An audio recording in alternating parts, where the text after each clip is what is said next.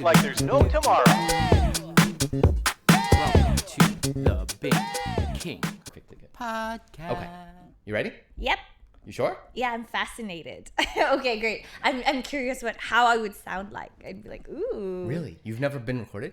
No, I have been. It's just that, You do sound different on mic. Everyone sounds different on mic. yeah, I have like good days where I sound really nice. Yeah. And then I have weird days where I sound really pitchy and like, So I'm curious how I would turn out in this one. I guess it would depend on what we're talking about. I think so too. Okay, so welcome, Charmayne. How are you? Hello, I'm good. It's a beautiful day out. I'm already becoming super tame and like, hi. Oh, Yeah. don't worry about it. I'll get it out of you. So today we're here to talk about jiu-jitsu. Yes. Why don't you tell everyone about how you got into jiu-jitsu? Okay, how I got into jiu-jitsu. I came to China How many years ago? 6 years ago. Long time. Actually, this is perfect because you mentioned that this will probably come out in a few weeks, right? Next week is the 5th year that I've been doing jiu-jitsu. Congratulations. Yeah! 5 years and a blue belt. Yes. And Congratulations. so how I got into jiu-jitsu was when I moved to China.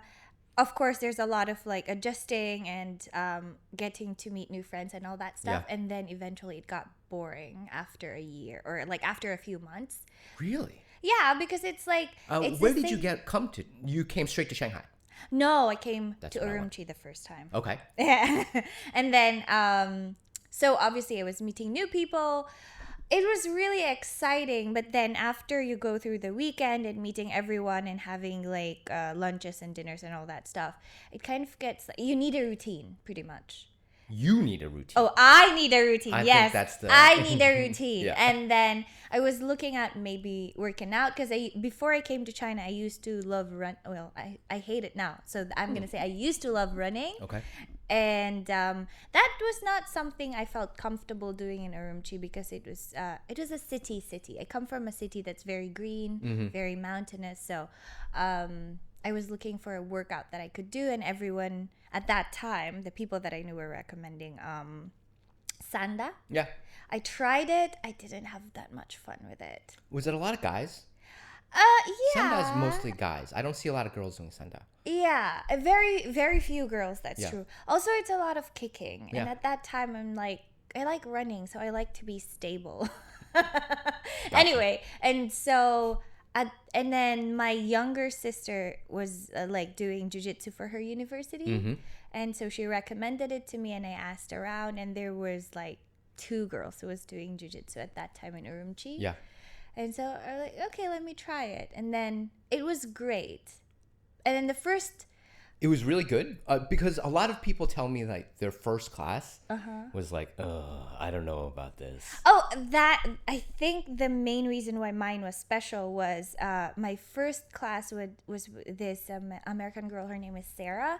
And it was just me and I believe 2 other girls. Yeah. So she was really accommodating and she was really nice. And then I just kept on going. And then the first few classes, because it was July in Urumqi, so you can imagine the heat, right? There wasn't like a group coming in. It was literally just me sometimes. So it was great. Like she would tell me like what I'm doing right, what I'm doing wrong, how I can experiment about some things and all that stuff. But then after a few months, she left. So the classes were led by Cece. Cece now she's a blue belt. She just had her baby. I don't know why I had to say that. But congratulations, Cece. But anyway, she now owns Alliance Jiu-Jitsu Gym in Urumqi. Nice. Yeah, I'm really proud of her. She was my first training partner, and then she kept running the classes. But then she was running the classes in Chinese. So Okay. it got to a point where I enjoyed the grappling part, Right. but Couldn't understand some of it. exactly. Right. And jiu-jitsu in itself is hard, right? And then I couldn't understand what was going on. So then I was like, I want to try having a class with an English-speaking teacher. Got in touch with my old teacher, Sarah. She recommended going to Phuket, which would be like, a quick holiday plus jiu-jitsu and all that stuff. great. And I did a little bit of research. I got there. I finally understood what I was doing, and I was obsessed. Obsessed with jiu-jitsu. After that, I just never stopped. So you went to Phuket. Which camp did you go to? Do you know? So I went to Phuket top team first. Okay. Oh, actually, second and third time was also Phuket top team. Okay. And that's like one of my goals after I get out of China for either a holiday or just to leave forever. I will go back to Phuket first. Okay. That's Just cool. to see the coach and like everybody there. Yeah. It would be fun, I think.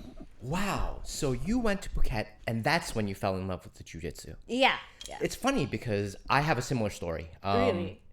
When I got into jiu-jitsu, my friend Terrence was I want to say purple belt at the time. And Terrence was like, I think you like jiu-jitsu. And I was like, I don't know, man. And at the time, he had mats in his house. He just had these rolled up mats, and we would put them out in his living room, kind of push all the furniture aside. Yeah. And he basically gave me once a week private lessons. Oh, that's nice. Where I was his training dummy, basically. He needed the training, and I wanted to kind of see if I liked jiu-jitsu. Yeah. And so we kind of went back and forth for a little bit, and I don't think I really understood it until I got to Warzone in Shanghai.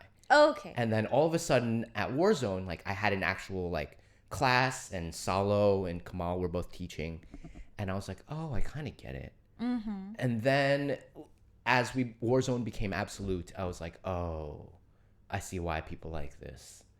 And it kind of like, it made a big change in me. Oh, nice. So Terrence, where did you meet Terrence? Here in Shanghai. Okay. He was actually one of my first bosses. Nice. When I got here. And we were both working for the same finance company.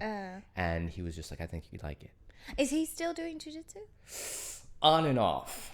Yeah. That's the interesting part, because now that I have done jiu-jitsu for 5 years, right? I started reflecting on it like in the last few weeks, and I was looking at all the group pictures that I had. Yeah. And Those it are was great. like, yeah, and it was just how many of these people are still doing jiu-jitsu? Not a lot. Yeah. And it's interesting. Have you ever wanted to quit? No. Never. No, yeah. I broke my collarbone twice. And you still didn't think like, Yeah. maybe this is not for me. My mom thinks it is like a blaring stop sign, like just stop. But I'm like, nope. And so I had a lot of injuries over the last few years, which also set me back in getting the blue belt, like because I had to take long breaks. But to be honest, it's really good for the ego. I mean, it sucks to say this for anyone who will be listening who's injured, but it's true. It's really good for the ego. How so? Because it's a literal stop. Yeah. Like, there is usually, like, when your knee is painful, when your neck is painful, when you're sore all over and you still want to go, right? But, and you would be like, there's no excuse. But for example, breaking my collarbone, there's literally absolutely no excuse for me to go. Right. Even like, It's super dangerous. it is. I tried, okay, now this is gonna sound crazy, but I tried going to just be a dummy with a sling on, and I felt stable, sure, whatever, but my coach was like worried the whole time. Yeah. And I just didn't feel like it was the right thing to do, or it was not a nice thing to do, to put everybody else in that state of constant worry. You should tell that to Melissa. Why? What did Melissa do? Melissa's been injured since I've known her. Like as a purple belt in Shanghai, and one of the original people at, I want to say she was at Warzone. Yeah. She's always been injured. That shoulder has never been good. Yeah. And she's taken time off. She's taken just as much work on that shoulder as possible, and she's still injured. And I'm like, you maybe need like half a year. Yeah. Like, just take some time. Yeah. And like, I think she's doing more Muay Thai now because the jiu-jitsu just fucks with you. Yeah. Yeah. Well, that's the thing. So when I broke my shoulder the first time, it was in Phuket top team, actually. Okay. And then How did it happen? Can I ask? Sure. Do you want the long story or the short story? Up to you. Okay. So this was my third like training camp. Okay. In Phuket top team. So I've always had great experiences before, and I felt pretty confident because it's a third time, right? Yeah. And usually you would have classes like twice a day if you want to do jiu-jitsu. Like seriously, during camps you would do it twice a day every day, and then Friday night would be more relaxed because Saturday morning would be open mat. So Friday night I was taking it easy, but then I thought, like, you know what, I'm gonna have one last round before I go home and sleep early. And of course I picked a white belt who was way bigger than me, which was the wrong decision. I was rolling with this purple belt guy the whole time, and then this brown belt guy. They're still good friends, which is really nice. And then I was like, okay, for the last round, I'll go with the white belt who has no idea what he's doing. It should be easy and flowy, and of course, it wasn't easy. So he did a butterfly sweep, but instead of doing it properly, of course, he didn't. And it wasn't his fault at all. He kicked really hard. You know, the butterfly sweep is just supposed to be like a smooth sweep, right? But he kicked me really hard, and then he let go of my of my arms, I believe, or everything. He just kicked me hard and let me go. So I flew and landed on my shoulder. Ouch. I heard a small crack, but then I thought, my first instinct was, oh no, did I pop my shoulder? So I stood up, checked Moved my it around. shoulder. I was like, oh, okay, great, it's fine. And then I swung my arms back, and then it was like, oh, that was the wrong thing to do. Oh, no. So I felt this weird pain that it's like a stabbing pain. Yeah. And I felt the bump on my collarbone, which I never felt before. So I just decided to, you know, go to the reception area and sit down. And I was sat there, and the coach came over and was like, are you okay? I was like, yeah, but I can feel this bump, and I've never felt that bump before. Yeah. So he was like, all right, I'm going to put a sling on you, and then we're going to call a car, and we'll take you to the hospital. I'm Correct. like, sure, but I need my passport, and it's in my hotel. So I called my friend, and I was like, hey, I kind of need you to bring my passport because I need to go to the hospital. And he was like, now? What time was it? Yeah, I would late? say, like, no, it wasn't late. Maybe like 8 in the evening. But he said later on, like, I sounded like I was just pulling his leg or something. Oh. And that's why I wasn't panicking. Yeah. So he kind of felt like, do I have to bring your passport now? Really? Yeah. And so anyway, he arrived. The car was waiting. He arrived. I went to the hospital. And then they did my x-ray. They had to cut my rash guard on because it's so hard to take off a rash guard when you're all sweaty, right? Yes. They had to cut my rash guard. And then I saw on my way out, I saw the picture of my x-ray. Yeah. And then I could see like the shoulder was broken like this. Ah. And yeah. And so because I am a little bit crazy, the next day I went to the gym to do some squats. Oh. And the one thing that I learned with a collarbone injury was you need your shoulders to get out of bed. I never thought about that before. And so what I would do was I would like raise my legs really high and then swing them down to get up. But it works. It works. Yeah, that's fine. That's not a problem. Yeah. And then, yeah, well, anyway, that was the first very serious injury that I had. But then I'm assuming that it re-injures, right? Yeah. Yeah. Because, first of all, I took daily walks, Walking which should be fine, right? it should be fine, Yeah. right? But I suppose, like, I should have just sat down and stayed still. But I Okay. went to I the don't know. gym, did some squats and everything. And With weight or no? No weight, just body weight. And then, anyway, so, yeah, I stayed there for 2 more weeks just so I can get, you know, the regular checks. Yeah. Thank you, health insurance. Yeah. I didn't have For to sure. worry about anything. For sure. And then after that, yeah, I came back to China. I took like a 3-month off and then I started training again. And then there was a competition right after, and then the pandemic happened. So Okay. after that, I started going back to training. And then there was a competition, I believe, in 2021 Okay. that I was trying to get ready for. And then I had a bump on my collarbone. Still, Yeah. But I just assumed that it was that, okay. yeah, that it was just, you know, because they said that the bump will never go away. So Oh, I they thought, told like, you that it would. Yeah, it would, like, it would Okay. never go away because, like, obviously I didn't have the surgery the first time. Right. So they just explained to me, like, okay, there's going to be, like, the the cartilage will grow and then you'll grow bones, so that bump will never go away. Is it still there? No, it's not anymore Okay. because the second time I broke it, I had surgery. Gotcha. So yeah, That's probably the right play. yeah. I still have the metal plates in it Okay. because I just never had time to get it taken out. Does it bother the airplane like metal detector? I don't know. Yeah. I don't know. But like, I don't think so. I don't know. We'll see. I haven't been in an international flight for a while. Yeah, I gotcha.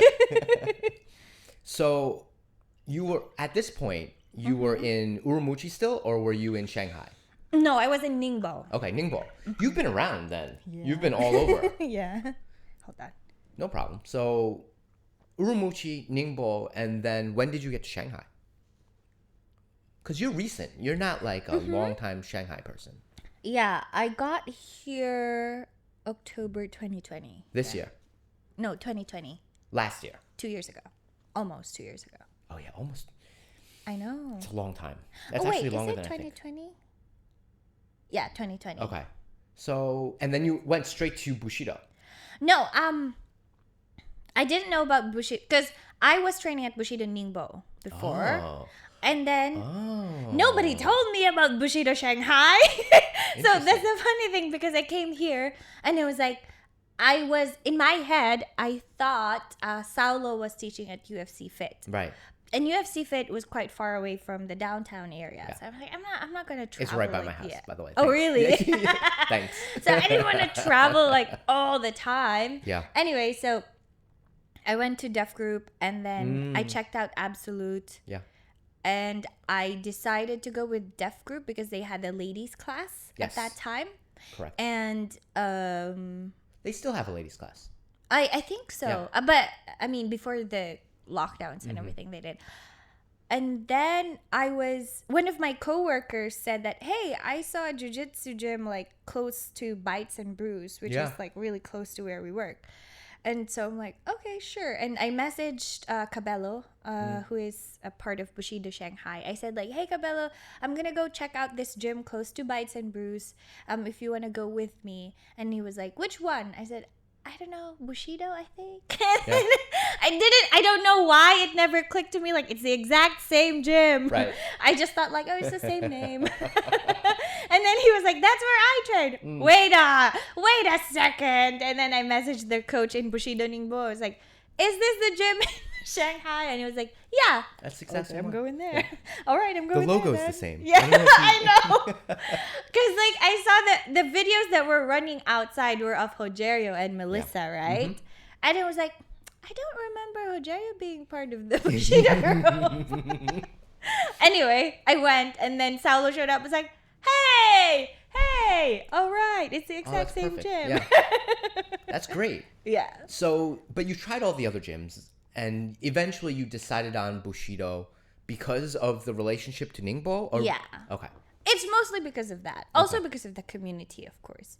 But That's like, interesting. yeah, from time to time, like I visit Def Group, I visit Absolute, Yeah. and I visit Ocean sometimes too. I like Ocean as well. But I find that a lot of people choose their gyms because of the gym culture. And so a lot of people are like, well, I like this coach, but maybe the roles are too hard at a certain place. Or it depends. Like everyone kind of likes something different. And I like that Shanghai has so many gyms, so you can kind of pick however you want. Yeah. Right? Because every gym's a little bit different and you can kind of pick your culture. Yeah. And to me, that's the most important. Yeah. Like, I think the coach can almost be secondary to gym culture. Yeah. Because, I would yeah. agree with that. I would agree with that. Saulo's super chill. Yeah, And like Bushido's super chill. And that's what I like about it. Like, I agree. there's no pressure pretty much to like, you know, at least for me. Okay. There is no pressure to go easy when I feel like going crazy. Yeah. And there is no pressure either to go crazy when I feel like, okay, should be a slow day for me because I'm in pain. Right. And like either way, I can show up however I want. It's funny because I kind of want to go back to what we were talking about before. You had said that you wanted an English-speaking class so you can understand jiu-jitsu better. And I hear that all the time from my Chinese friends. They're like, I went to Bushido and the guy, I just couldn't understand the guy. And I was like, well, did you take Rogerio's class? Because I don't understand.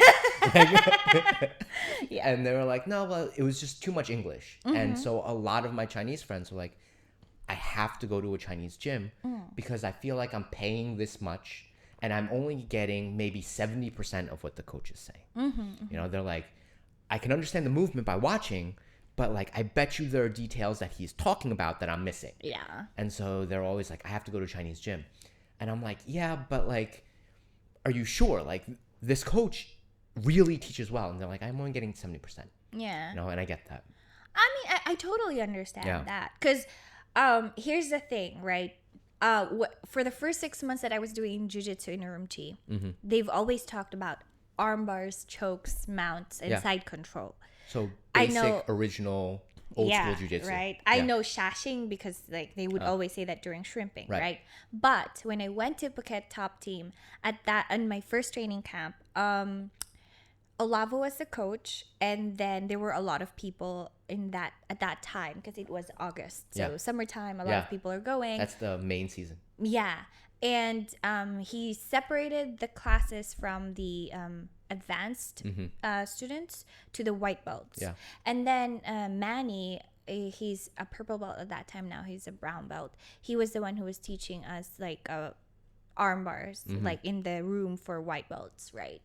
And he explained it in such a way that I was like, oh, so that was what I was supposed to be doing. Like everybody talks about, you know, pinching your knees together and, you know, making sure that, I guess you pull the arm in a certain way, following the thumb and everything. But he explained it in a way like I understood that I was, you know, overextending the elbow. And that's what that's what I'm supposed to be doing. Like it doesn't matter whether it's this angle or that angle or, you know, like after he explained it, I was like, okay, now I can do it sitting up or lying down, this angle or that angle, because I got the point of what I was supposed to do. So I totally understand why they would do that. And I think like Bushido in general, they're doing a lot better with like when giving instructions, they give it in English and Chinese. That is something that I did not notice as much in the old Bushido gym or Bushido 2, because now this is Bushido 3, right? But in Bushido 3, I noticed that especially when Matt and Saulo are teaching, they would give the instructions in English and then in Chinese before you start drilling. Yeah.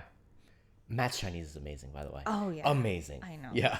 It's better than my Chinese. Like, it's unbelievable. I can't even speak Chinese. And then I like it because people are actually encouraged to ask questions in Chinese. Yeah.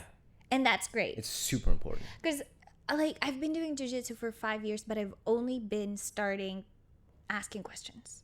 I never asked questions before. I don't know if it's the Asian nerd me, but I was like, okay, you tell me this is what I'm supposed to do, this is what I will do.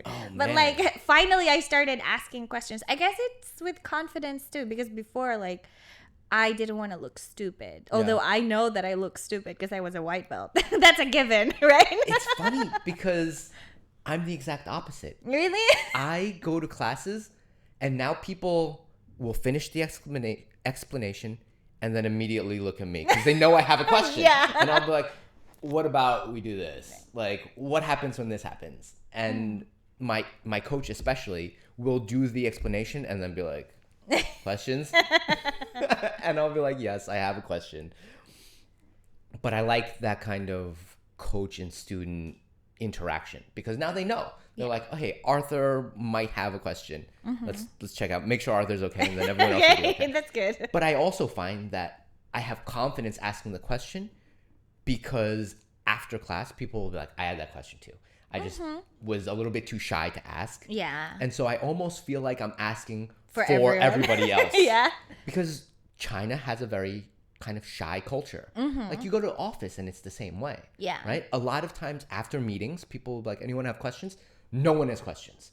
And I'll be like, I know you guys didn't understand it because I didn't even understand it. Yeah. And so I will ask a couple of questions. And then once I kind of open it up, then some of my other friends will be like, or my coworkers will say, oh, actually, I have a question too. And nice. I think it's important to kind of get that ball rolling, especially in China. Because I think the culture is just a lot more introverted. Yeah. I mean, I guess that could be true too. Like as a recruiter, I feel like you get that feeling as well, right? It's actually a flag for us. If somebody says like they don't have any questions, like we have to check on this person, like make sure that they understand the contract that they're reading. Because if they don't have any questions coming in or after the conversation at least, then that means that they didn't do enough research, or two, they were just they have another appointment and they don't have time to think about what they're doing now, which is dangerous. Yeah. Because I mean, I get that happens, life happens, but you should have, we at least in my work, like we give them at least 48 hours to think about, what just happened. Yeah. And if they still don't have questions, then we gotta call them. Yeah. And you be gotta, like, yeah. Just gotta make sure. You okay? Yeah. Yeah. Like, did you understand what you're gonna do? Because this is gonna be a full-time job and everything. Yeah. So let's go back to jiu-jitsu. So you've gotten your collarbone messed up twice. Anything else? I broke my finger. Oh, okay. Yeah, that doesn't. You ever wonder why people don't tell you ahead of time? I was talking about this just last night with a friend, and they never warn you. Like when you join jiu-jitsu, you're going to get hurt. Yeah. Like when you're a white belt, people don't tell you ahead of time. No matter how careful you are, you're gonna get hurt. Yeah. And they're just like, no, come, this is the best. Like, you're gonna love this. Yeah. The culture's great. And they don't tell you, no matter what, you're going to get hurt. Yeah. Something's gonna happen. Yeah. You ever feel like we should warn these people, like, ahead of time? I almost feel like we should. Well, people normally come to watch first before they try, right? They do the intro class, yeah. Yeah. And a good coach will always tell you not to roll on your first class. Interesting. Okay. Yeah. And then you can watch, but you're not supposed to roll. Because obviously... Did you roll in your first class? No. Oh, I did. You did? Yeah. What happened? Let me tell you my story then. Okay.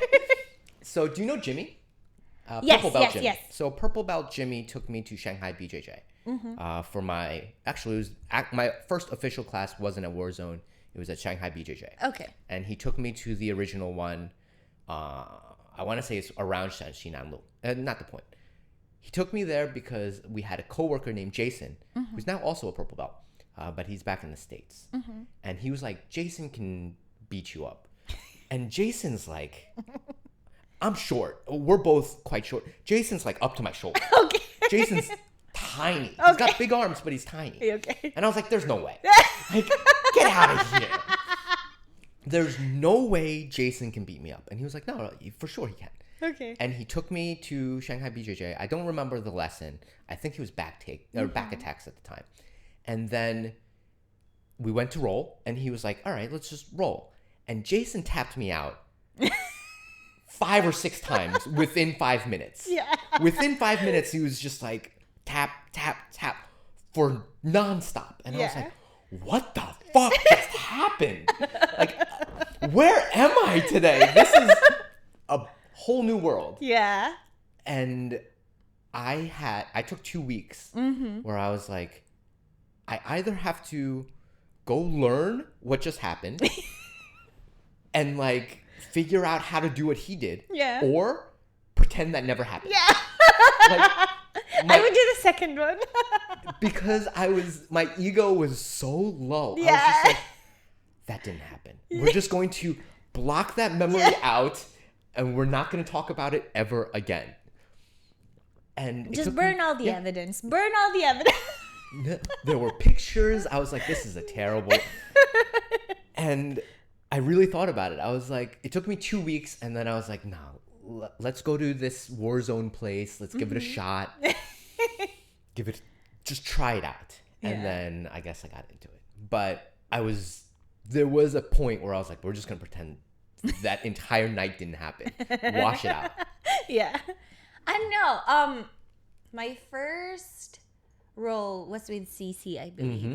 The one who owned, like I mentioned, one who owns Alliance Urumqi. And at that time, she was already doing jiu-jitsu for a year, and she was competing. And so, obviously, she obliterated me. Yeah. And it was fun, though, because it was nice to see all the little things that I was learning in action. Right. Although it was on me, it was still in action. She choked me many times. Of course. And it was so fun. I was like, whoo! You never got that thing where you're like, I can't believe I'm doing this. Like, why am I still doing this? No, I never did.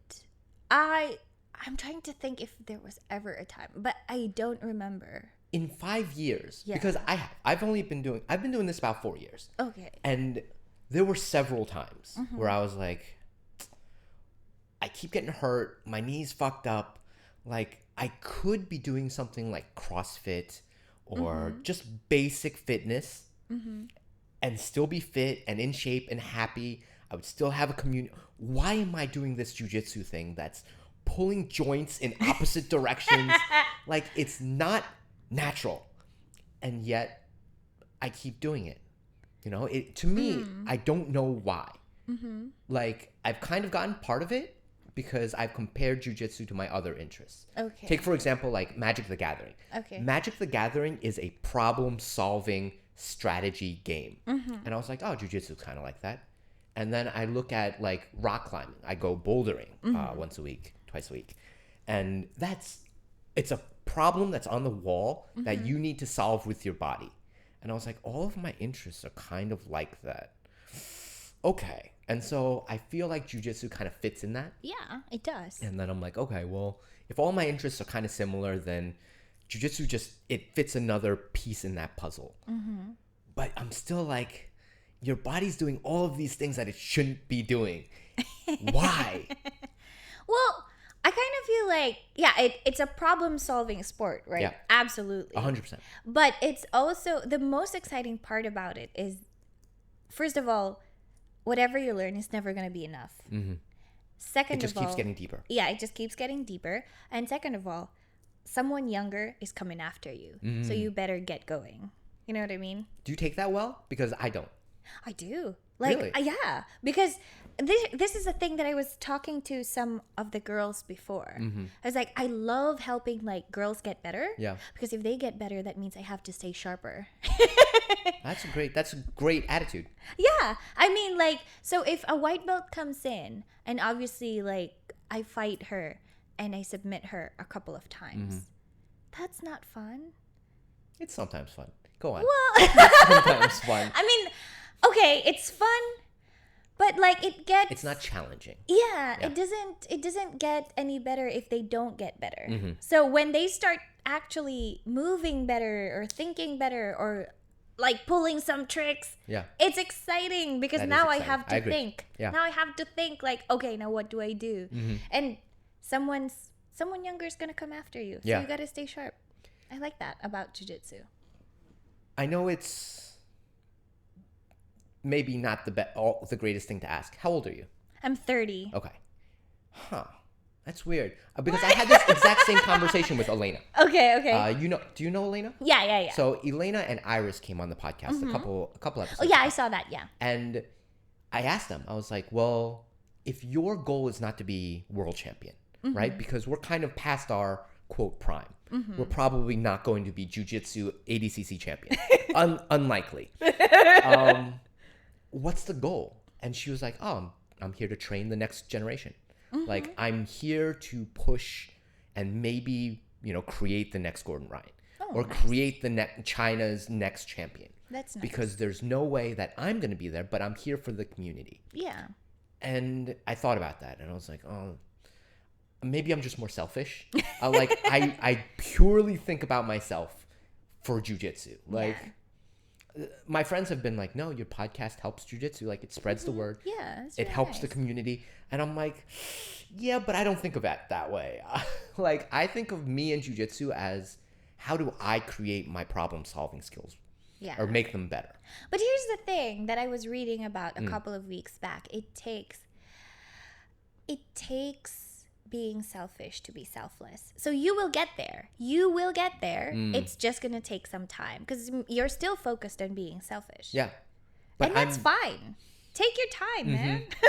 Do you feel you've gotten past that selfishness and now I would say for Bushido, you're kind of now the de facto, like... De facto. Yeah, you're like you're taking over Eva's role almost. I don't think so. You're very similar. You have very similar roles where people are like, hey, I need help. I can go talk to Charmayne. Charmayne can help me I'm out. just talkative. I just like talk without thinking. But you fall into that role. I think Eva fell into that role too. She didn't mean to be community manager. You know, she just kind of fell into it. Like when people had problems, they were like, hey, I can talk to Eva. Eva can help me out. And since she's in Taiwan right now, people are like, oh, I need help with Bushido stuff. Like I can probably talk to Charmayne. Charmayne can probably help me out.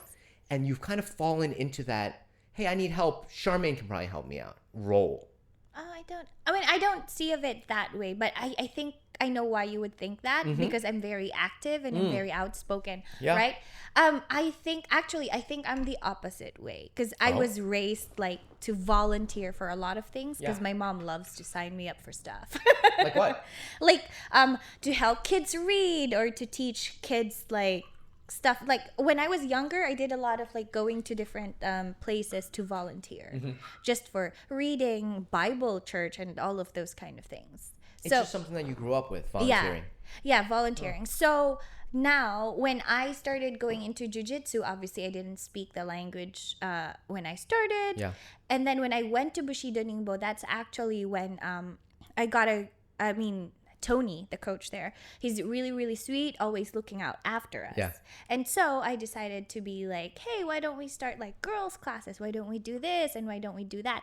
And whenever there's a new girl that's coming in, I took it upon myself to be like, be open and be asking like, why did you try this? What do you want to do? What do you want to check out? And then when you roll with them or when you drill with them, you don't go super hard so they don't feel intimidated. But then you also have to show them that, being a girl is not a bad thing in jiu-jitsu. Like you can fight with anybody you want. And so I feel like I was the opposite. Yeah. Like I was more focused on, like you said, helping others. Yeah. And then when I went to Bushido Shanghai, like because I was, at that time when I started with Bushido Shanghai, I was like still going to Bushido Ningbo like half of the week. Okay. So I wasn't super involved. Yeah. But then when I moved to Shanghai full time, that's when I was more like, okay, I want to be more involved with this and that. And so whenever there's a new girl, I'd be super excited and be like, hi, why are you here? You'll be my newfound friend. Yeah. I love that. I really love how jiu-jitsu does that because jiu-jitsu girls are super tight. And I have a theory on that. What's your theory? Because I curious. think there's such a barrier to entry for girls in jiu-jitsu that you guys all cherish the few girls that stay. That is true. Because they all leave. So many girls leave jiu-jitsu. Yeah. And they don't stick around. A lot of them go to like Muay Thai or like boxing. They don't stick with jiu-jitsu. Yeah. It's so hard. And so you guys really cherish the few girls that are like, no, we're tough enough to stay in this sport. Yeah, and the thing is, at least in my perspective, it's so easy to maintain that relationship. Like after their first roll, if you have their WeChat, just send them a message the next day, literally the next day. All you have to say is, how do you feel after that class? Yeah. Or, are you okay? I saw you grabbing your elbow after you did the drills. Is your elbow okay? Yeah. Or just asking them, like sitting down with them and then asking them like, oh, do you have any questions? Super easy, right? It's just like 5 minutes of your time. Yeah. You know that's what community managers do, right? No, I don't know. I'm just like the super friendly member of Bushido. I think that's why you fall into that De role facto so role. easy. Yeah. I'm telling you, like the worst community managers are the ones that are given that role. Oh. When they're given that role without them actually or they apply for that role and it's just like an official title, those are the ones that don't survive. The ones that kind of like fall into it naturally.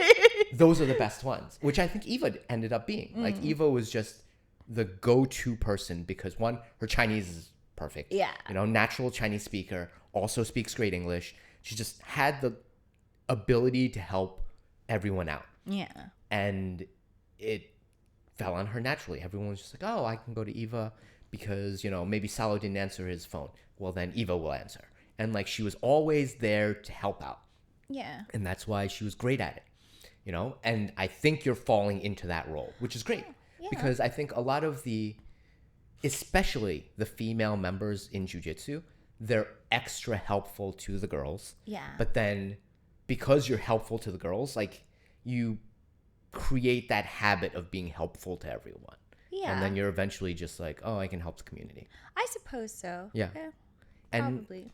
because it's not a sport that's like, I mean, recently Frisbee and flag football are really like popular these days in Shanghai. Yeah. And those are like very girl-friendly sports because there's not a lot of bodily contact. Yeah. Everyone's it's basically girls and boys can both play at an equal level. Yes. Jiu-jitsu is not like that. I think jiu-jitsu, there's a huge barrier to entry, and the ones that stay, you have to like. Well, I would agree with that. Like, it is quite. I find that it's quite intimidating for a lot of girls because that's what usually they would say first. Yeah. Like, can I really do that? And I'm like, yeah. But can you? Yeah. I think girls, especially, like, I talked to Elena and she's like, there are people I just don't roll with. Like, she's got to a point where she's like, I know who I want to roll with and I know who I don't want to roll with. I'm a purple belt now. I've been injured too many times by spazzy white belts that I'm like, pass. I'm too old to do the spazzy white belt. Like, She's not that old, though. We're all getting to that age eventually. And I'm telling you, I've also gotten there where I'm like, spazzy white belt's a no-go. Like, and even if I go, I'm rolling like an old man. I'll tell you something that I do with spazzy white Go for belts it. when I end up with them. And this is going to sound weird. Go for it. I just put them in a close guard and stare at them in the eyes. I think it freaks them out. Honestly, I think it freaks them out. Because they're like, why are you just staring at me? But I like to do that when they're spazzing around or they're elbowing me. Yeah. And instead of saying like, what are you doing? I would just like put them in close guard and just stare at them and be like. That's funny because I said the exact same thing when Elena asked me. Yeah. That's what I called old man jiu-jitsu. Yeah. You put them in like a really tough position and let them spaz out for a little bit. Yeah. And then, you know, you go close guard to maybe like, or like a half guard. Yeah. And you just hold them. Yeah. And you let them spaz. And then when they get a little bit tired, then you move on. Yeah. And then hold them. And you just keep holding them until they're worn out. Yeah. Yeah. Because I think like it's all the positions in jiu-jitsu, like you said, are unnatural. Like we don't do them on our day-to-day lives. So it's just animal instinct for them to just kick and punch and, you know, spaz out to get out of a tough position. And it takes time to unlearn that. I'm not sure if I was a spazzy white belt. I'm almost 80% sure I might have been, but everybody was too nice to say something. I remember there was this positional sparring that we were doing, and I was on top of this guy, and I was like, what do? I don't know. So I just held his hand. I was like, okay, I guess this is it. I don't know what to do next. You've never injured anyone? I don't think so. Oh, I did. I did once. There's no way you haven't because 5 years you've had to have injured someone. Yeah, I did. I think I made one girl cry once. And it was because like she injured her ear. Okay. And I did that kind of choke where you're on side control and then you use your legs to choke them. Okay. And then my I think like the back of your knee. Yeah, the back of my knee like pinched her ear or something and she cried. But that wasn't like a big deal. It wasn't like I did it intentionally too, so it was fine. I injured, do you know Xiaoxing? Xiaoxing? Who's Xiaoxing is he has his own gym now out in Minhang. Modern Jiu-Jitsu. Oh, okay. I think I've heard of him, but I don't know him. Xiaoxing used to teach at Absolute, but his wife, previously girlfriend, I injured her. Oh. We were both white belts at the time. Yeah. I had her arm behind her back like this.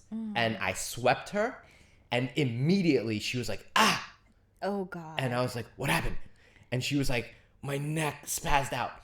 And I never saw her again. Oh. I had not seen, I'm sorry. Just for the record, he's sorry. For the record, I'm sorry. But I didn't see her again for years. And then Xiaoxing came on my podcast recently and brought her. And she was like, you injured me once. And I was like, oh. But she said that like she pulled her, you know, something in her neck. And at the time I was a white belt. And I remember feeling terrible. Yeah. Like my heart was just like, I injured someone. Like, yeah. that sucks. And I try really hard to roll as light as because I remember that moment where she was like, ah, and I was like, oh no. Oh, I was gonna say, going back to what we were talking about, you know, being selfish in order to be selfless. Yeah. So I started being selfless, right? And I think, at least in my opinion, I have started being selfish, and The reverse. Great, yeah. Okay, yeah. Because, I know this is not gonna sound good on me, but one time I did the collar drag from standing, and then someone landed on her face, and I was like, I'm sorry, but you signed up for this.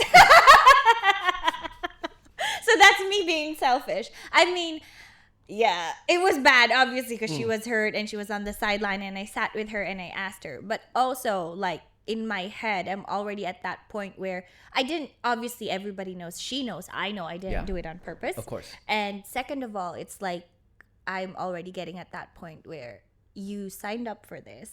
You're also a blue belt. So you know that you will get hurt. Yeah. So it's not something to be proud of, and it's not something to celebrate. Just for the record too, I'm just saying This is that how it is. it happens. Yeah. Yeah, it is what it is. Jiu-jitsu is a contact sport. Yeah. Like there's no way around it.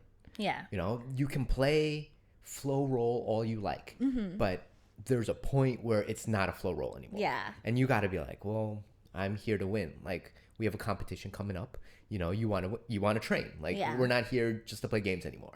Yeah, and sometimes, like, you know, sometimes your training partners will go easy on you if they're having a rough day. Yeah. And sometimes they will go really hard on you because they're super motivated. And you know how to tap. Yeah. You, like, you can tap many different ways, right? Right hand, right foot, left foot, and say tap. Yeah. There are 5 ways. With, like, the basics alone. There are 5 ways to tap. Yeah. I don't know the other ways with your head, I suppose, but I don't know. You need all of them. Sometimes you need to be tapping with all of them. Yes. Mouth, hand, tap, tap, tap, Yes. tap, tap, tap. Tap! I agree. So I want to kind of go back a little bit after you had gotten hurt, right? Okay. We'd gotten hurt, and then you took some time off. Even when you were getting hurt, you had been hurt. Why would you choose to come back? Like, again, like I have friends. I hurt my knee, and seriously, I was like, this might be it. But you were so serious on my collarbone's messed up, but I love jiu-jitsu too much. Like, I like the people too much. What is it? I guess it's more like I'm not done with it yet. You know what I mean? Like, yeah, I love the sport, but I didn't come back because I love jiu-jitsu in itself. It's more like I'm not done with it yet. I haven't learned everything. But you're never yet. done with it. Yeah, exactly. So this is forever. now. Probably. Probably. This is We don't forever. know. You're gonna see me for a long time. But possible. yeah, the thing is, like, yeah, first of all, I'm not done with it yet. There's so many things that I still want to learn and I still want to do. Yeah. And it didn't help that all of my friends are, by that point, were like jiu-jitsu people. Yeah. So everything that they're doing were the definition of fun, or everything that they did were the definition of fun, and I was missing out. Yeah. So I wanted to get back there because I was having serious FOMO. I get that. But I also feel like I don't know where the addiction is. That's what I'm trying to get at. Okay. Right? Because I know there's an addiction here. Yeah. People are addicted to jiu-jitsu for something. Yeah. A little bit is the community. Mm-hmm. But I've also seen a lot of my friends trade addictions for jiu-jitsu. Okay. Right? They start off, they're drunks. Yeah. Right? Either they work in F&B or they party too much. They pick up jiu-jitsu and then they quit partying. Yeah. They quit drinking. Mm-hmm. And they pick up jiu-jitsu and drop another addiction. And there's something there where it's just like, oh, I'm going to do this now. And I'm super addicted to this, but I don't know why I'm addicted to it. This is my thing now. Just like you said. And they're like, I'm not done with this. Yeah. And I've heard that a lot. Yeah. And I don't know where that addiction is. You have a theory? No, I don't. The endorphins? I mean, everybody says that, Yeah. you know. And then I suppose also there's that you get that high, right? After like a good adrenaline. workout. Yeah. Yes. And it's not. I would Okay. say Endorphins. I would also say like I don't really I cannot put a finger on it. But I know that it has something to do with, obviously, there is always that chance that you might get it right this time. You know what I mean? Yeah. Like, I have done this armbar 5 million times, but this time around, I might get it perfectly well. You know, I might set it up right, and I Yeah. might hit it right. I might hit it with a white belt, with a blue belt, with a purple belt. You know what It's I a mean? dopamine thing then. Yeah. Yeah, I can see that. I can see that. It's because I love it because it's never ending, Yeah. right? You look at how much jiu-jitsu has changed over the years and you're just like, this is incredible. Yeah. Like, I remember when I first started and Salo, we had never touched leg locks. Yeah. Like, leg locks was kind of like a far away thing. And we did traditional, like, old school jiu-jitsu, right? You go close guard, side control, mount, like you move up the body and Yeah. all of that old school stuff. And now everything's different. Like, you go talk to Dean and he's like, oh, I don't do that shit. I just do leg locks and back. And I was like, what is this? Like, it's a whole new world. Yeah. And like Danaher and all of that stuff is just like constantly innovating. Yeah. So you're always like, this is brand new. I'm not done. Yeah. I'm still here. Yeah. And to a lot of people, that's what keeps them in. You know, I think if you would, but even if you only do old school jiu-jitsu, Yeah. like there's a whole crowd that's just like, oh, we just pass guard and we do arm bars and then we're done. And I'm like, they can just keep honing that old school mentality. Yeah. The thing is, that's one of the reasons why I like going around, actually. Because all the coaches have many different specialties. Like, I would say in Bushido Ningbo, for example, Tony is a big fan of Berimbolo and De La Hiva. Yeah. Great. He can do that really well, and he loves to teach that. Saulo, I learned the moving, like what you said, like starting with the knees and then the hips and then the head, like moving up. I got that idea from Saulo. With Matt, it's very much like basic jiu-jitsu and then keeping up with the trends, like the squid guard and this guard, reverse worm and all those things. So it's great. And then when I look back in like sometimes I visit Absolute, right? And then they would be doing all these like things with leg locks and whatever. Yeah. And I was like, oh, I don't know anything about this. I need to keep coming back. Yeah. And then I go to Ocean and it's very different too.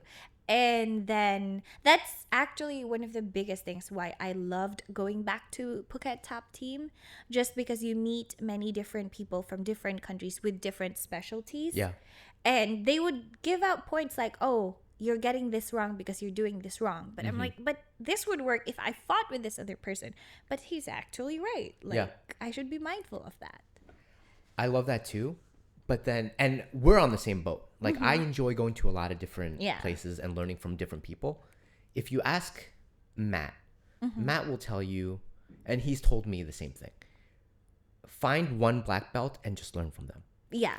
And it always reminded me of a parent telling you, find one girlfriend and settle down. And get a wife and just make a family. Yeah. But I've never been that type of guy. Yeah. I've always been like, I want to try a little bit of everything. Yeah. Like, I want to go to this gym and learn from that person. But I also understand Matt's point of view. Yeah. Because unless you have the ability to put all of that together, which is difficult. I don't think it's easy. Yeah. You need someone to like give you a little bit of structure. Yeah. And be like, just go down this path Yeah. for a little bit. But the thing is, something that actually made sense to me and kind of stung me a bit was I think 3 weeks ago I was rolling with Melissa. Okay. And Melissa said, Did she bite you? No. She that. elbowed me. She No, does that no, shit. no, no. She does that shit. No, she said that you have the exact same fighting style as Hannah. Oh. And it was interesting. like, oh, of course, because Hannah and I go Same to the size. exact same classes. We're the exact same size. We are always drilling and rolling together. So obviously we are going to pick up the exact same fighting Habits, style. yeah. Yeah. And that's the reason why I say it stung me a bit is because I don't want to be that predictable. Mm-hmm. That's why I'm going to other gyms so that I don't stay predictable. Yeah. But it's also a good thing. That means that like somebody, like both of us, it's clear who our teacher was. Yeah. You know what I mean? It's Saulo. Yeah, it's solid. Yeah. But I know what Matt means because, like you said, you cannot learn everything, right? So if you have at least that structure, you have a go-to move in any situation, Yeah. which is great. But yeah, I don't know. I like to try out different gyms. Me too. And I think that it helps if you can put it all together in your head, right? Like if you can link what this teacher says and what that teacher says, even though they're kind of contradictory, kind of found like a common ground and put it all together yourself, it's very valuable. Yeah. But that takes time. It takes, Of course. just like drilling and being like, oh, these things kind of link up. And when it doesn't link up, you can be like, I can bridge it a little bit. Like you can kind of figure out where pieces come together. That Also- excites me. Yeah, and I like the fact that I get to choose what works for me, you know? If I have like 5 different options and I want to go for like let's say it's a buffet, right? Yeah. I have 5 different options. I like this. I can go for seconds on what I want because it works for me. Yeah. It's the same thing. Like, if at the top of my head, if I think about ocean jiu-jitsu, I like the way that Jackson moves from left to right. He doesn't stay stable. Yeah. You have to be like careful because he may be moving towards your left, but you have to be aware that any given time he can go to your right. So I like that. With Saulo, I like the way he controls the knees. Yeah. And so I'd be like, okay, whenever I'm fighting with Saulo, I have to be mindful of the knees. Or whenever I'm fighting with someone who's not learning from Saulo, I can take their knees. Right. And so that thing. And with Nick, because I've been joining his wrestling classes now. Oh, yeah? How's that? It was so fun. I hear it's really good. It's really fun. Yeah. Because like very similar movements, but there are so many details that are being used in wrestling that can definitely be taken into jiu-jitsu. And I've gotten better, I would say, in like, well, not all the time, but I've gotten better with my tripod because of wrestling, because we do a lot of like spin drills and peek out drills and like tripods, and I got way more confident with single leg and takedowns in general because of wrestling. Yeah. Because before, like, I would be scared of the guillotine or like the other person will know what I'm supposed to do. But with wrestling, we do a lot of like single leg takedowns. And so I'm more aware of like, okay, be mindful of the far knee and all that stuff. So, and then with Absolute, I've gotten a lot better with half guard. Yes, I was gonna say half guard and knee shield. I was gonna say knee shield, but yeah, half guard and knee shield. I know. Kamal loves fucking half guard. Kamal fucking loves half guard. And like they're also like a fun group of people. Yes, I agree. So yeah, that's why I like going around. But I'm super excited on how that would change my game in the long run. I'm with you. But I like it that it's so open, that you can go any of those directions. Yeah. You know, and it's kind of, I am unsure of where I want my game to be 3 years down the road. Yeah. But I'm happy that it's kind of uncertain. However, and that's part of why I like Shanghai, because I think Shanghai has more gyms per capita than like most other cities. Yes. So you have the ability to be like, I can go here, I can go there. Any day of the week, I can be like, oh, I can go to whatever gym I want. And I think people like that, people like you and I, that go to multiple gyms, it keeps the community together. You're kind of like the link between the gyms, right? I hope so. I think it's important that the gyms hang out more. Yeah. I had a podcast recently with 2 climbing gym owners.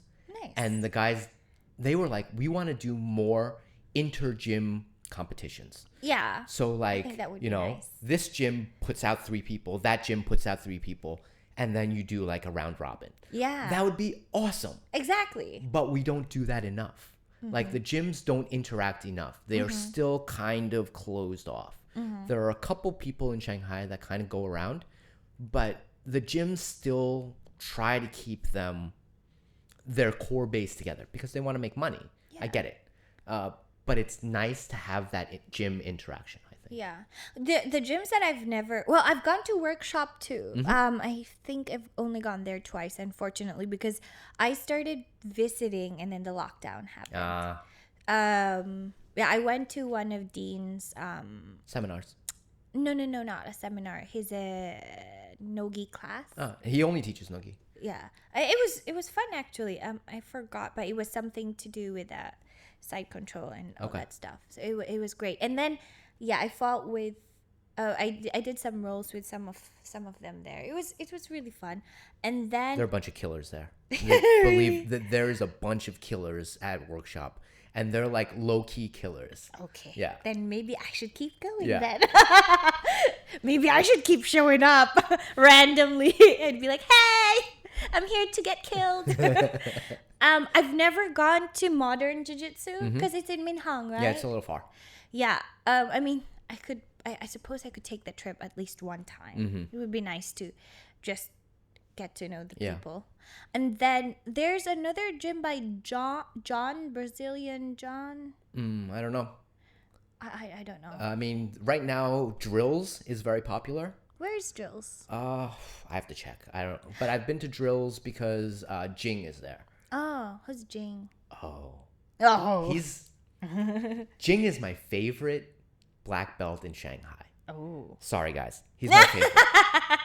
I like him because he's kind of like a monk in that he doesn't... I think he loves jiu-jitsu so much, but he doesn't push it. He's just like, I'm just here to train. I don't really give a shit about anything else. Cherry Bomb at one point was like 5 people. Oh, wait. Is the coach of Cherry Bomb still here? Yes. The guy with the tattoos? Yeah, that's Jing. That's Jing! Yeah. He's the first black belt that I've ever met in my life. Yeah, he's great. Because he went to Alliance. Well, it wasn't Alliance then, but he went to Urumqi. Okay. Because Cece's first, I guess, jiu-jitsu competition on her own after Sarah left. Sarah was her first teacher. And then after Sarah left, she wanted to keep on competing. So Cece came to Shanghai, lived here for a month, and trained at Cherry Bomb Jiu-Jitsu.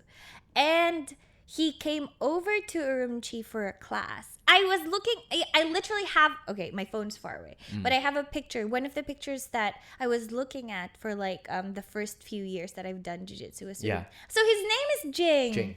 Okay, good to know. Is Cherry Bomb Jiu-Jitsu still running or is it drills now? It's still running. I still think it's maybe only 3 or 4 people. Okay. And I love that he did that for so long. He did it for a couple of years where it was just home gym. And the gym only had like 5 people. Yeah. But those people were so dedicated to him. He was like, I'm going to give it my all. Like, these 5 people are my life. Yeah. And he didn't he didn't push Cherry Bomb to anyone. He was just like, I'm just going to focus on these 5 people. Yeah. And make them as good as possible. Yeah. To me, that's incredible. Like, Cherry Bomb was kind of, to be fair, a little bit shitty. Like, the bathroom's not the cleanest. The place is not the clean. But he focused on his 5 students and gave them his all. And to me, that's amazing. Yeah. Okay, so Cherry Bomb's still on. Yeah. Drills, he's also running the classes there? He teaches at drills now, I think, once or twice a week. Okay. And then, I mean, Ocean also has Voyager. I train at Adamas in Pudong. But Puxi also has an Adamas. There's a lot. There's a lot going on. There's Flow too. I haven't been there. I've heard about it. Yeah. Flow with, what's the name of the female black belt? I don't know. Saula's first female black belt. I don't know. I forgot. I don't know. Yeah, we're gonna cut this part out because I don't remember. Meow. Oh, Miaojie is Miaojie, working it. yeah, Shit, yeah, that's yeah. right. We're not gonna cut that out. Okay. Miaojie, I'm sorry.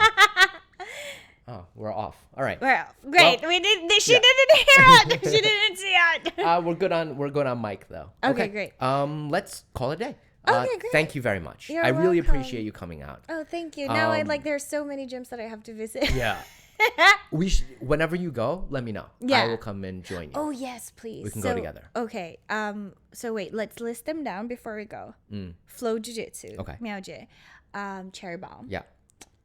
Adamas. Mm-hmm. I've never been to Adamas. Drills. Yes. There's a new one, Level Up. Level Up is mostly for kids though. Oh, well, we're kid size. So we can go. Yeah. Level Up is for kids and it's in Pudong. It's actually quite a bit. It's a bit of a journey, but worth it. Okay. Modern Jiu-Jitsu. Mm-hmm. That's about it. Oh, and then we can go to Voyager if you want. Oh yeah, Voyager. I've never been to Voyager. Okay. Now that's 7. Yeah, that's a lot. Yeah. All right. Anyone else that wants to go, let us know. Yeah. All right. We'll catch you guys later. Bye-bye. Thank you. Bye-bye. Do do do do do do do.